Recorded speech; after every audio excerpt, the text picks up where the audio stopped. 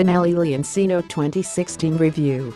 Benelli may now be Chinese-owned, but that hasn't stopped the Italian brand from having a presence in Milan, presenting 3 new motorcycles at EICMA.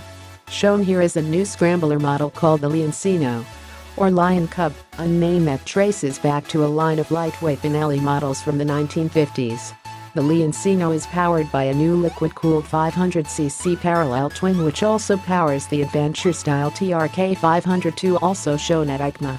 Benelli claims the engine produces 46.9 horsepower at 8,500 rpm and 33.2 pounds-foot of torque at 4,500 rpm.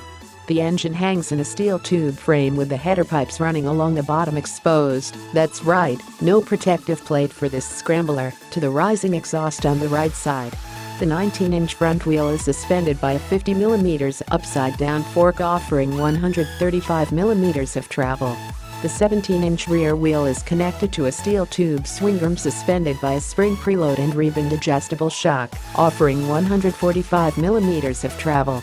Twin 320mm front brake rotors are paired with 4-piston calipers, while the rear brake consists of a 2-piston caliper and 260mm disc, with ABS as standard equipment.